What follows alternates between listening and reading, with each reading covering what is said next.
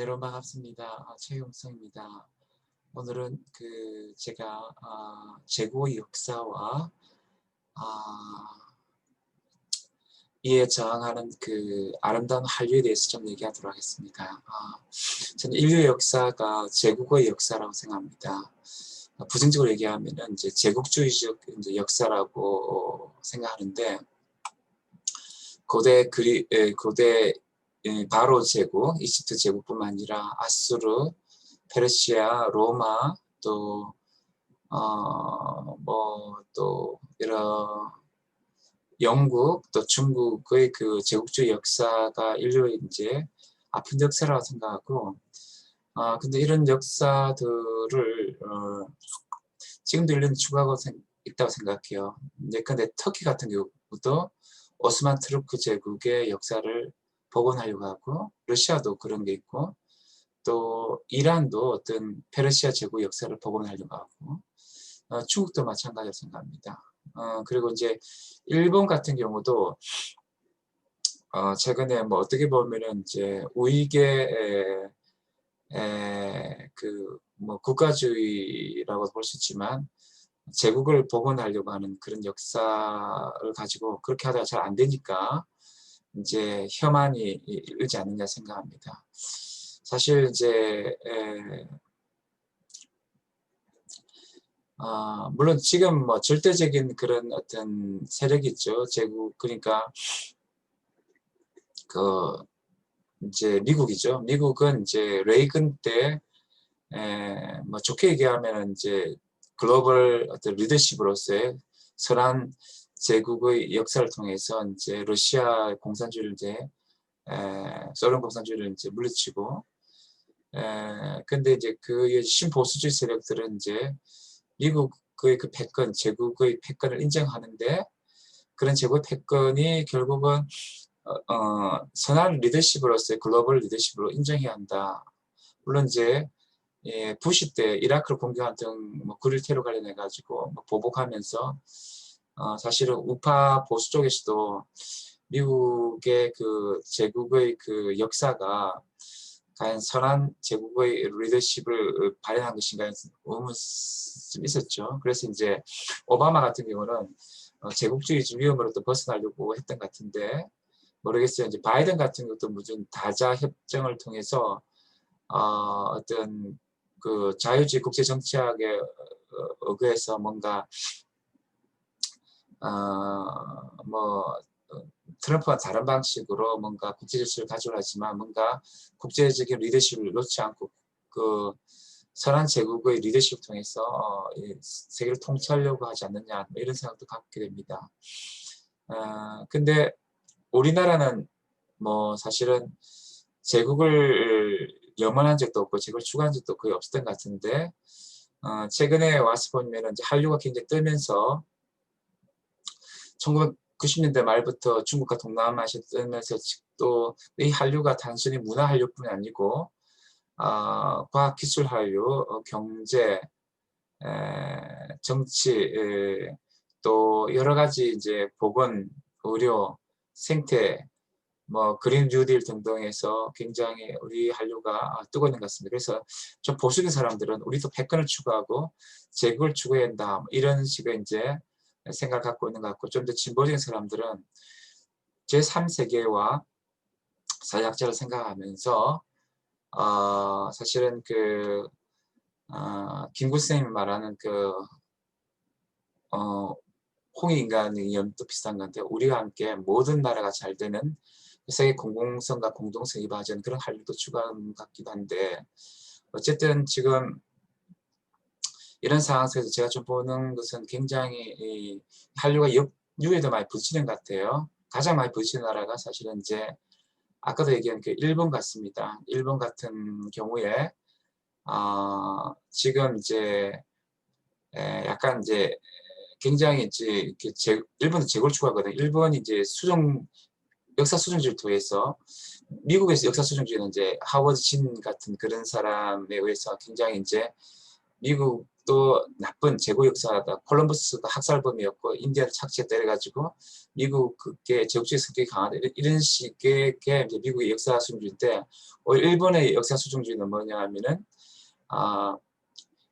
제1차, 2차 세계대전 때 일본이 제국주의 침략을 한 것이 아니고 오히려 아시아를 해방하려고 했고 그리고 우리 다시 제국을 복원해야 돼.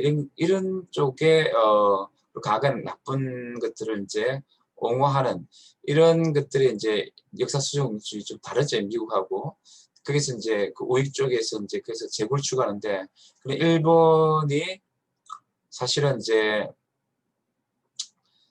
근데 30년 동안 굉장히 침체하면서 근데 한국이 너무 잘 나가니까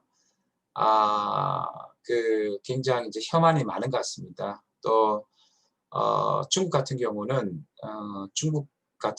이제 이 중화몽이 사실 중화몽이 있는데 이 중화몽이 일종의 국가주의 같지만 사실은 또 뭐냐 하면은 그 또 제국 이념을 갖고 있거든요. 그래서 이제 사실은 이 가라사니 고진 같은 일본의 대표 지식인은 이제 미국의 제국주의를 싫어하면서 제국의 구조에서 중국이 오히려 약소 국가를 억압하는 옛 제국주의가 아니고 뭔가 상호응해성을 기반으로 하는 그런 제국의 어떤 새로운 역할을 할 수 있다 이렇게 보죠. 근데 사실은 뭐 저는 사실은 그 중국이 선한 제국으로서의 역할을 이제 할 수 있을 거라 보지 않습니다. 사실은 이제 이 저 레이건 때 이제 미국 보수자들은 신보수자들은 레이건 때 선한 제국을 역할을 하고 지금도 뭐냐면 이제 바이든 같은 경우는 미국이 선한 제국 역할을 하면서 우리 한국과 협력하면 한미 동맹 가운데서 뭔가 좀 역할을 하기를 원하는 그런 게 있는 것 같지만 조금 더 부정적으로 이제 중국 같은 경우는 선한 제국으로 해야 할 여러 가지 요건이 너무 또 미국보다 더 부족하다고 봐요. 저는 개인적으로 뭐 중국은 뭐 오히려 뭐 조금 힘세실수록 우리나라에게 옛날 역사적으로 조공 책봉 시스템 같은 걸 강제할 가능성도 있고 또 중국 안에서도 격차 문제, 소수민족 문제, 부정부패 문제, 생태 문제, 종교 문제 등을 해결하지 못하면서 또 약간 지금까지도 사실 제국주의 그 야심이 너무 많은 것 같아요. 그래서 이제 사실 옛날에 신해 혁명을 통해서 옛 제국 전통을 끝내고 공화국을 수립한 수는마저도 언젠가 되찾을 나라 티베트나 몽골, 타이, 버마, 부탄, 네팔 등을 포함시키는데 사실 이런 어떤 잘못된 역사의식을 갖고 있는 중국이 사실은 선한 제국이 될 수 있을 거라는 사실 저는 별로 신뢰를 안 하는데 어쨌든